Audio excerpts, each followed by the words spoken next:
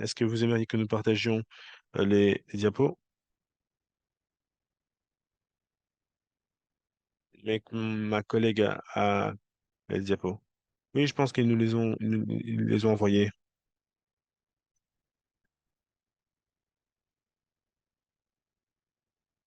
Très bien, parfait. Vraiment, présentation très intéressante. Et il y a quelques points qui ont attiré mon attention et je me suis dit, tiens, c'est bon à savoir.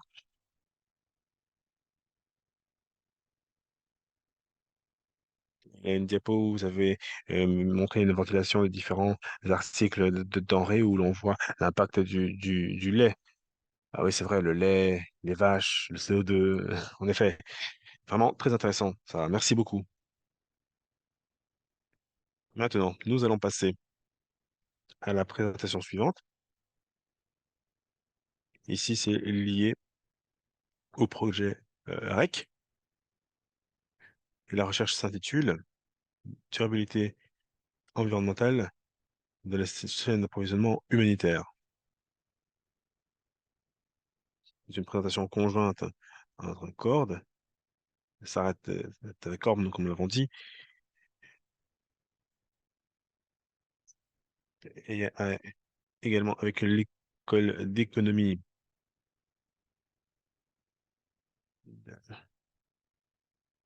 ALU. Alors, donc, nous accueillons Anijé Komeli, de- chez- étudiant doctorant, professeur également Dr Maria Béziou, qui est la superviseure. Donc, elle a engrangé de l'expérience en tant qu'ingénieur industriel dans le domaine des transports euh, ferroviaires.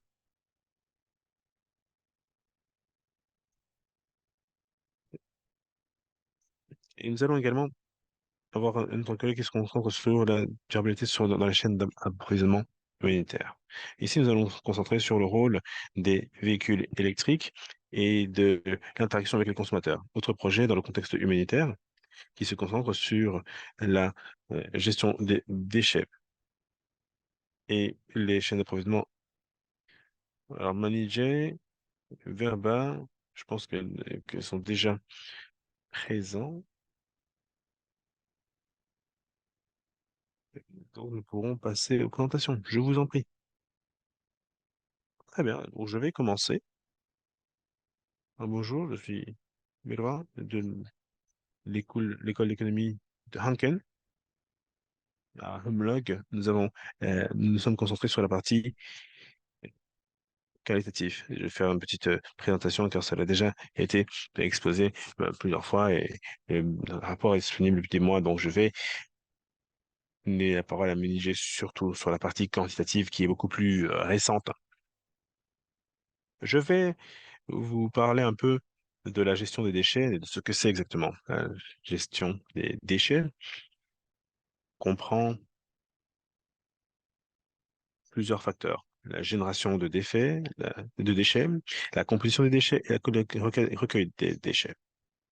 Et à la fin, il y a également aussi euh, la partie où l'on se débarrasse des déchets. Alors, la génération de déchets, c'est tout produit naturel d'activités économiques, urbanisation et également des opérations humanitaires.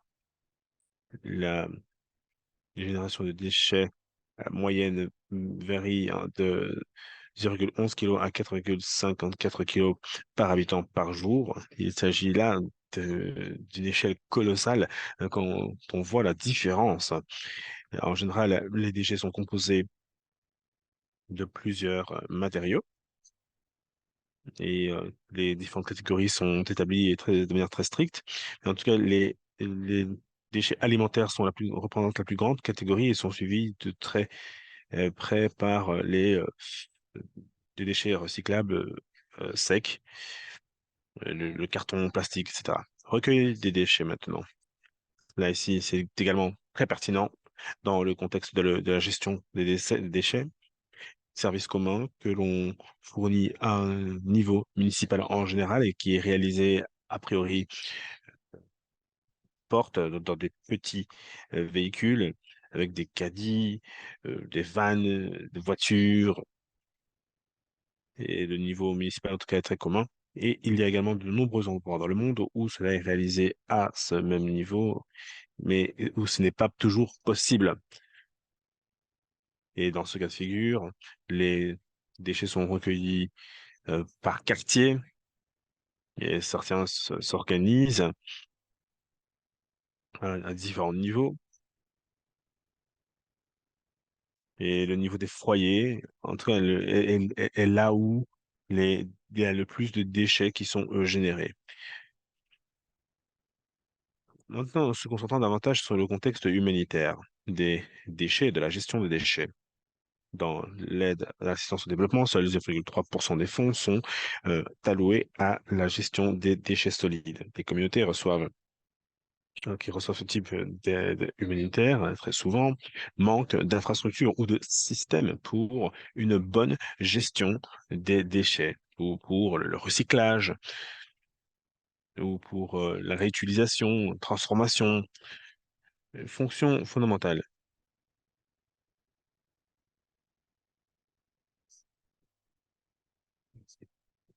Ici, il s'agit de fournir l'aide dans une zone qui a été frappée par une catastrophe et qui produit des déchets. C'est pourquoi nous devons trouver des façons de gérer ces déchets. Si ces déchets sont mal gérés, ils peuvent exacerber des situations déjà très critiques, contexte d'inondation par exemple. Cela peut augmenter le risque de maladie, les différents d- dangers pour l'environnement également, et d'autres scénarios que les déchets peuvent exacerber. Et là, on parle de populations déjà très vulnérables. Ce que cela fait toujours, c'est que euh, met une pression importante sur de ces infrastructures qui sont déjà en difficulté.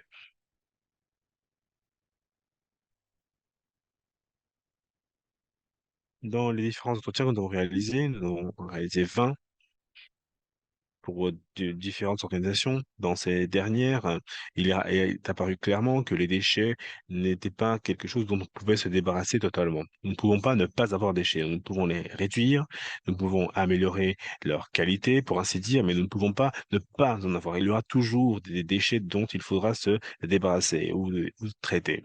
Et ce qui est revenu le plus était le plastique, les emballages dont on parle souvent comme étant l'un des résultats les plus faciles à obtenir finalement. Beaucoup de gens disent que l'on pourrait mieux gérer le plastique car il y aura toujours du plastique, il y aura toujours des emballages et c'est assez facile, bon pas facile, mais c'est plus simple à recycler que d'autres matériaux. Et c'est là que le plus gros de la gestion des déchets est pratique dans ce domaine et les innovations ont commencé car c'est là que l'on peut le plus facilement engranger des résultats. Ensuite, bien entendu, il y a les opérations humanitaires et il peut y avoir des déchets médicaux. Pensons par exemple à une situation telle que la crise épidémique d'Ebola où les déchets euh, a- infectaient une situation déjà très critique. Cela peut mener à des crises massives exacerbées et vous avez des générateurs, des batteries de voitures qui doivent également être euh, il faut se débarrasser de manière très particulière. Ensuite, il y a également les différents produits euh, non, non alimentaires, dont l'emballage n'est pas aussi grave. Ici, très souvent, on le réutilise après leur utilisation euh, initiale. Mais cela reste une grande thématique euh, de conversation. Certaines choses que l'on ignore, comme Sarah l'a évoqué, bon, pas que nous ignorons, mais que nous minimisons un peu, parce qu'il n'y a pas assez de ressources pour mettre en place des programmes pour la gestion des déchets. Peut-être n'y a-t-il pas suffisamment de coopération avec le secteur privé dans la gestion des déchets et les différents praticiens de ce domaine. Et donc là, nous avons beaucoup de pain sur la planche et vraiment de nombreuses collaborations à mettre en place. Pendant ces entretiens, voici les trois thèmes que nous avons s- distingués et qui étaient les plus pertinents et sur lesquels nous voulons nous concentrer pour euh, mettre en place des programmes de gestion de déchets. Donc, tout démarre euh, de l'achat, des acquisitions. Et vous devez savoir exactement ce que vous allez gérer quand on parle d'opérations humanitaires. Et donc, il faut inclure des critères de durabilité à l'étape de présélection et faire en sorte que le cycle de vie de ces produits soit connu et avoir des fournisseurs certifiés qui respectent un code de conduite et coopération, comme nous l'avons déjà dit, avec le secteur privé pour tirer des enseignements des différentes initiatives et des programmes de gestion des déchets, options de recyclage pour ce qui est des batteries de véhicules, des générateurs, etc. Coopérer avec des startups dans l'innovation. Et là, il faut vraiment être à l'avant-garde de la conception des emballages. Et aussi, bien entendu, la géolocalisation, ça c'est une thématique brûlante qui suscite l'intérêt de beaucoup de parties prenantes dans le domaine humanitaire. Et euh, bien entendu, il y a également la formation du personnel local, les collaborateurs locaux, les différentes organisations pour que la gestion des déchets soit mieux considérée. Donc voilà, petit aperçu rapide de la partie qualitative du projet REC. Je donne la parole à ma collègue.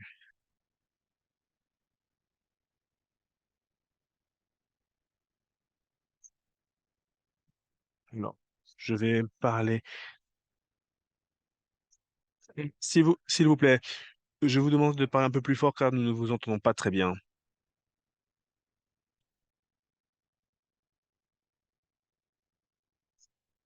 Voilà, je vais commencer par les motivations. Est-ce que je peux partager mon écran?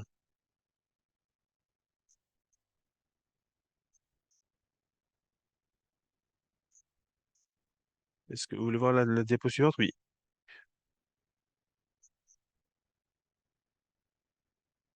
Les opérations humanitaires subissent les conséquences du changement climatique.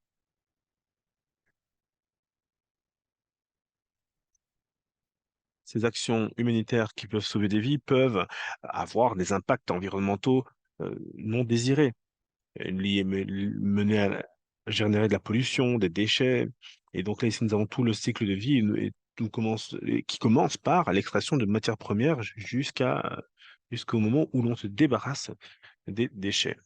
Pour relever ces défis, cette étude quantitative a plusieurs objectifs. Mesurer l'impact environnemental sur les opérations humanitaires dans toute la chaîne d'approvisionnement pendant la riposte aux catastrophes, mais aussi évaluer l'efficacité des solutions existantes et potentielles afin de réduire l'impact environnemental de l'aide humanitaire. Quand je parle de l'impact environnemental, ici je parle des émissions de gaz à effet de serre et la création de déchets. Nous avons coopéré avec ces organisations le Logistic Cluster, le DRC, the Nation Refugee Council, l'IFRC et Save the Children et le PMA.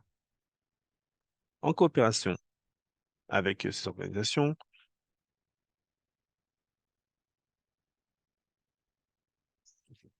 l'IFRC a fourni des bâches qui ont été livrées au Pakistan après des pluies de mousson et des inondations en 2022, et également des bâches qui ont été livrées au Mozambique à la suite d'inondations et du cyclone tropical. Et nous avons également envoyé des produits alimentaires et non alimentaires. Les produits non alimentaires, alors le PMA nous a aidé pour les produits Super Céral Plus qui étaient livrés au Tchad à la suite d'inondations. Concernant la méthodologie de recherche, nous avons utilisé l'évaluation de cycle de vie pour évaluer l'impact environnemental en commençant par l'extraction des matières premières, la production, la distribution, l'utilisation et ensuite le, le débarquement des déchets. Et nous voulions un environnement sûr et voir ce qui se passait dans d'autres scénarios et ce que faisaient d'autres organisations. Et donc, System Dynamics nous a aidé à rendre ce processus plus dynamique.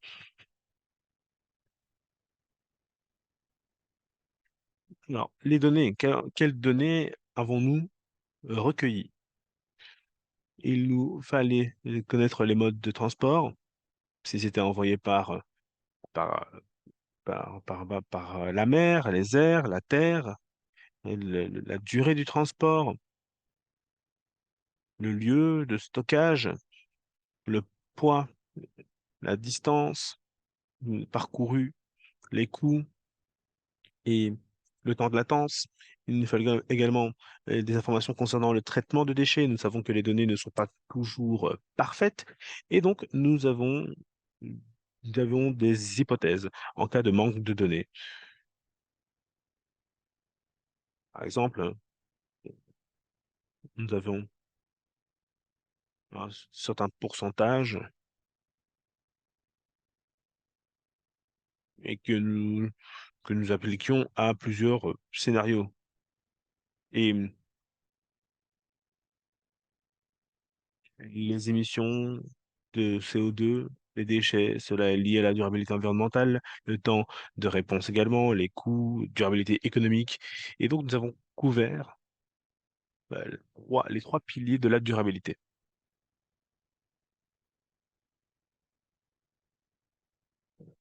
Alors, je sais que vous parlez certainement déjà le cas, mais parlez plus fort encore, s'il vous plaît, parce que les participants ont du mal à vous entendre. Alors, nous avons commencé par la portée de la chaîne d'approvisionnement. Par exemple, ici, ils envoient des produits vers les entrepôts, ensuite les centres d'entreposage, ensuite les entrepôts dans les pays, ensuite les entrepôts sur le terrain. Et ici, c'est toute la chaîne d'approvisionnement. Et nous avons remarqué que si l'on changeait ces scénarios, si on les envoyait par exemple par d'autres moyens de transport, et si nous choisissions d'autres modes de transport, s'il y avait un transport direct au lieu de les envoyer par exemple au centre de l'entreposage, et s'il y avait des transports locaux également,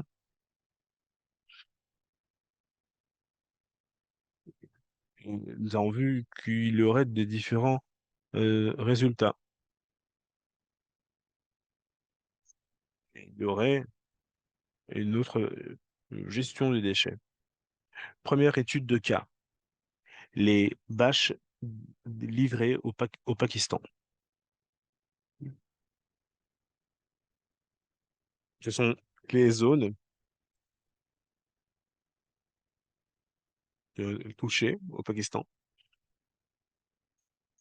Dans le scénario de base, les matières premières sont extraites en Chine et envoyées euh, aux usines en Chine, ensuite envoyées aux entrepôts de prépositionnement.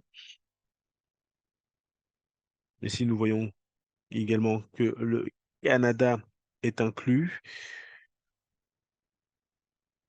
donc 10%, donc qui est envoyé par des airs, prépositionnement à Dubaï pendant 48 jours et en Malaisie pendant 503 jours. Et ensuite, ils ont été envoyés aux entrepôts de terrain et distribués par la terre, par la route. Donc, ça, c'est le scénario de base. Ensuite, nous l'avons comparé à d'autres scénarios.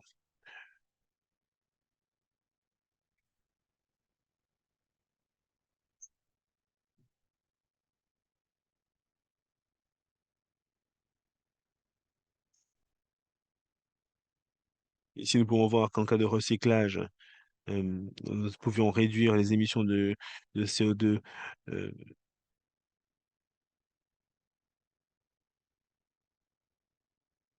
à 35%.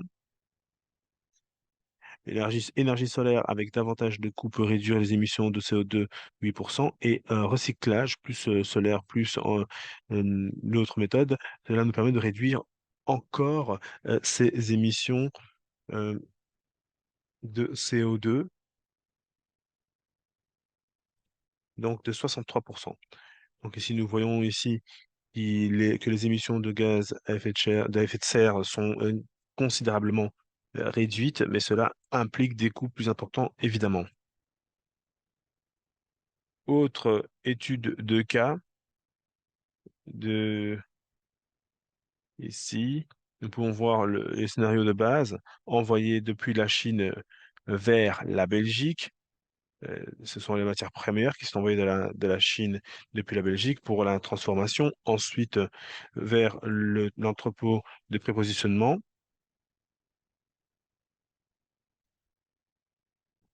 et ensuite envoyées vers les populations affectées. Et une fois de plus, nous avons comparé les différents scénarios avec le scénario de base. Et nous pouvons voir ici le recyclage ne, ne pas changer les émissions car les emballages ne sont pas recyclés. Donc ils peuvent être ils sont réutilisés, mais les panneaux solaires peuvent permettre de réduire les émissions de CO2 de 7%. Et nous pouvons voir que qu'en utilisant euh, donc des solutions de rechange d'origine végétale, et cela permet de réduire les émissions de CO2 de 43%.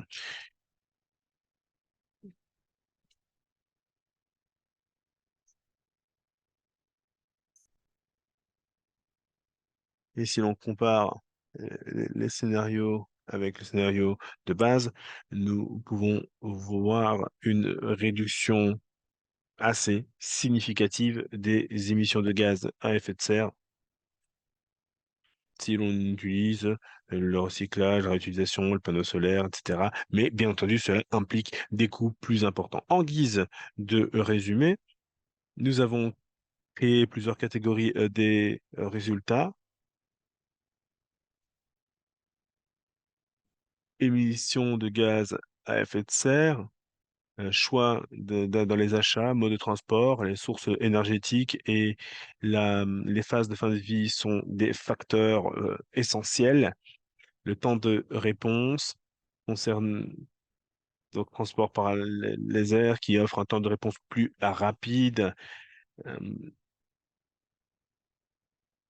et donc, cela augmente les émissions de gaz à effet de serre ainsi que les coûts. Les déchets, recyclage, réutilisation, qui sont des stratégies utilisées et qui sont efficaces pour réduire le total des déchets et ainsi que leur impact environnemental. Et enfin, les, les coûts. Donc, il faut trouver des solutions durables qui peuvent qui peuvent être plus importantes au départ, mais qui ont un potentiel euh, de rentabilité plus important sur le long terme. Maintenant, quelques recommandations pour les praticiens. Il faut hiérarchiser la- les matières premières que l'on peut recycler plus facilement, trouver des stratégies d'acquisition, des stratégies d'achat, et il faut également euh, penser que si nous avons plusieurs produits, il faut réfléchir aux sources d'énergie renouvelables. Il est important de minimiser le, le temps de transport, mais il faut également penser à réaliser des livraisons le plus directement possible. Et il faut également envisager la localisation qui peut aider et finalement, il faut mettre en place des stratégies de recyclage. Merci infiniment de votre attention et nous sommes prêts à répondre à vos questions.